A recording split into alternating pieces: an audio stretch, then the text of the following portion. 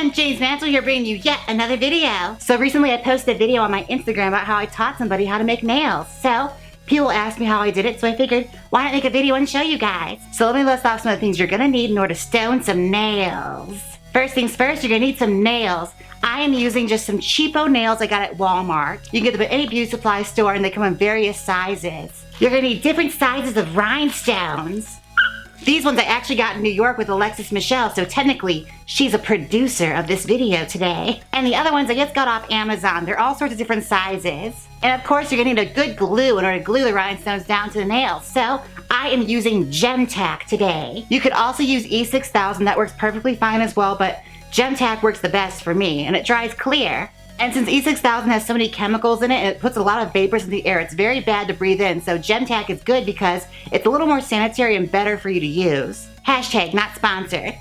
You're also gonna need some different nail polishes. I got these ones at Sally's. And in order to hold the nails down, I'm gonna use some strips of duct tape. And to file the nails down into nice sharp claws, just get a regular old nail filer. And probably the most important piece of your equipment, a crystal katana. You could also use a pair of tweezers, but this thing is the best for picking up stones. It's got the little wax tip to pick up the stone and the little thingy here to move it around to make sure you don't touch the glue. Now stay tuned and I'll show you how to stone your nails.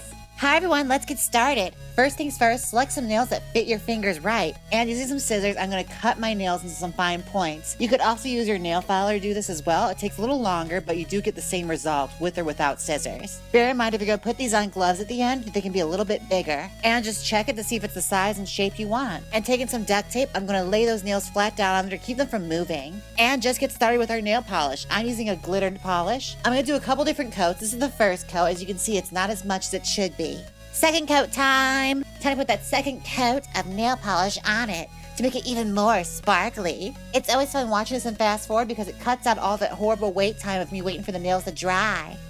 How lucky you are. And our trusted third coat's gonna go on to make our nails look even more sparkly before we start gluing stones onto them. Now this step is completely optional. You don't have to use nail polish if you don't want to.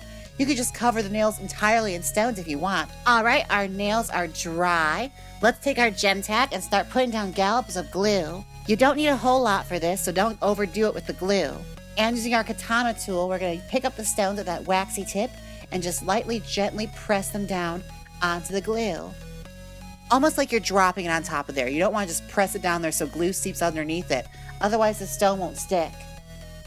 For my design, I'm doing 3 large stones in the center, a triangular AB crystal in the very center, a repeat of that big stone, and a smaller AB crystal at the tip. And then on the sides are different variances of AB stones.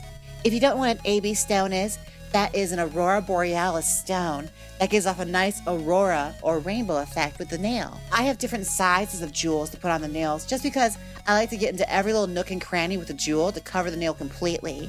Now with the stone pattern, it's completely up to you what you want to do with it. You could use a straight line of jewels, or you can just cover the whole nail in stones and just go willy-nilly. It's completely up to you how creative you want to get with your nails. You don't have to do a pattern at all if you don't want to.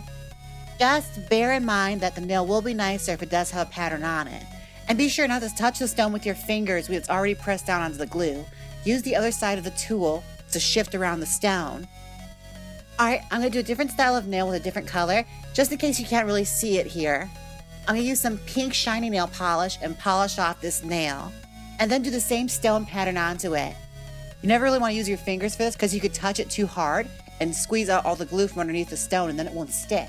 You want the stones all to adhere to the nail. This rule applies to stoning anything really, from clothes to nails. And with Gem Tack, you generally want to leave the nails to dry overnight. With E6000, the dry time is a lot faster, but bear in mind E6000 is a lot worse for you when it comes to breathing it in.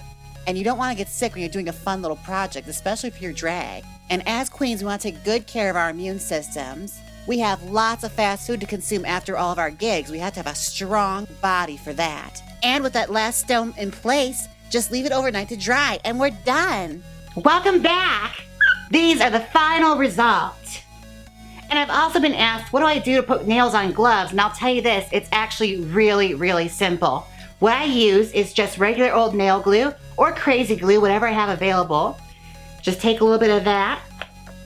Take the nail you're trying to put onto the glove and just slather this whole front portion of the nail and a little bit of the center with glue. flip it over quickly, and just press it onto your finger. And don't be afraid to get some of the fabric in there as well. And voila, you got a nice little claw going there. Now I like to do this because I don't like to wear nails a lot when I'm traveling. And especially a drag queen, you are always on the go. Sometimes you don't have time to put nails on. So if you have gloves with nails already on them, it's killing two birds with one stone. Now you can just buy the gloves, or you could make the gloves yourself. I have a glove tutorial I'm gonna link down below for you if you wanna learn how to make gloves like these. Well, that's our video. Thank you so much for giving me your great comments on Instagram and asking me for videos. I always love it when you do that. And don't forget to like, comment, and subscribe, and hit that notification bell so you can be made aware of every time I upload a new video. And I have to give a special thank you to my supporters on Patreon. I couldn't do any of this without you kittens. Thank you.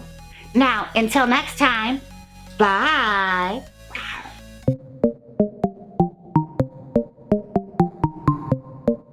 Click here and learn how to make gloves, or learn how to make hip pads. Come on, click it. If you don't click it, I'll do an idol worship on Donald Trump. No, I won't. That's gross. Just click the dang video. Click it!